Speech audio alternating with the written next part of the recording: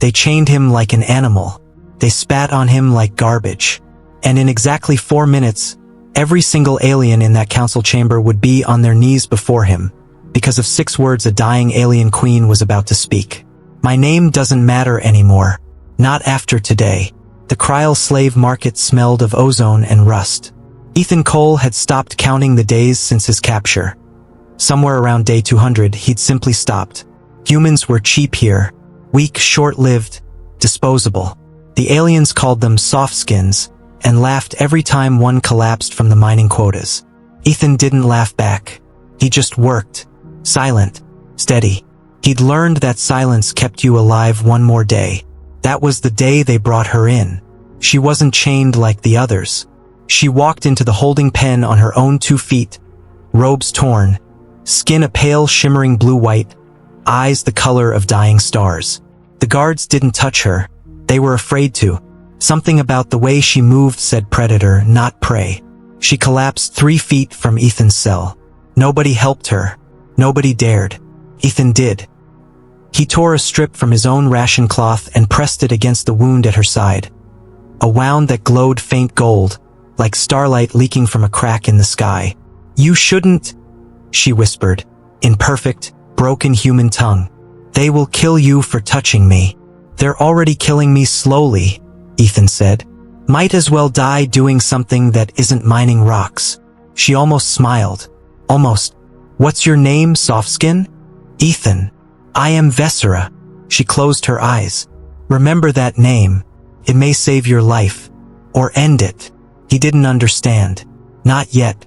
3 days later, guards dragged Ethan before the Kryl Grand Council.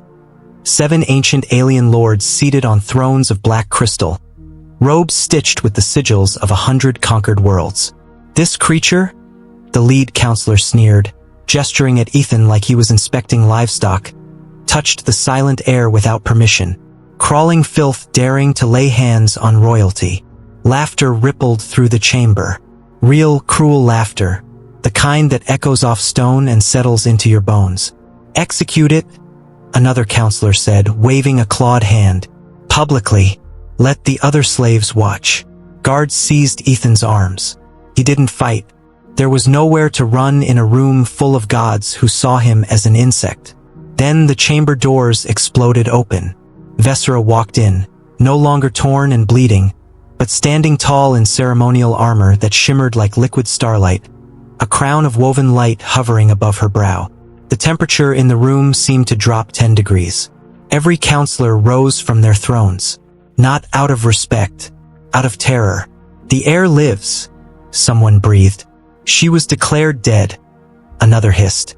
Vesera's stardust eyes swept the chamber, cold as vacuum, until they landed on Ethan, held by guards, bruised and silent.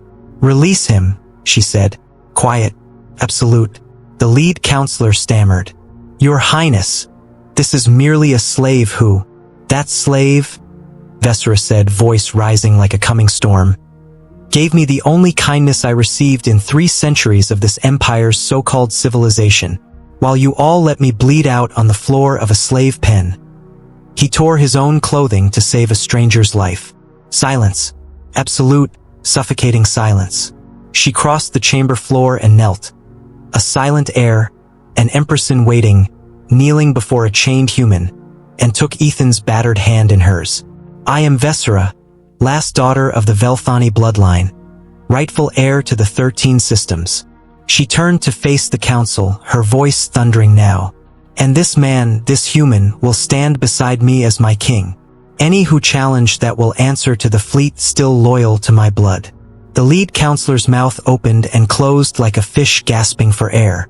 "You would elevate a slave to—" "I would elevate the only being in this galaxy," Vesera cut in, "who treated me as a person before he knew I was a queen."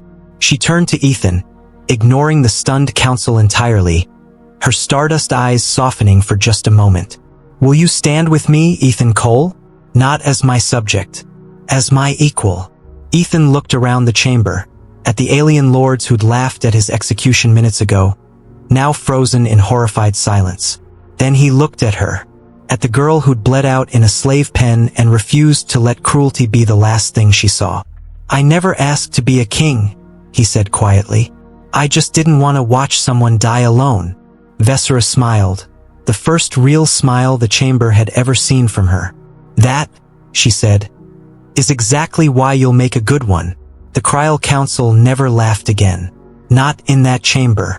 Not in front of the human who arrived as property and left as royalty. If you enjoyed the story, subscribe for more HFY tales every week, because sometimes the smallest act of kindness rewrites the fate of an entire empire.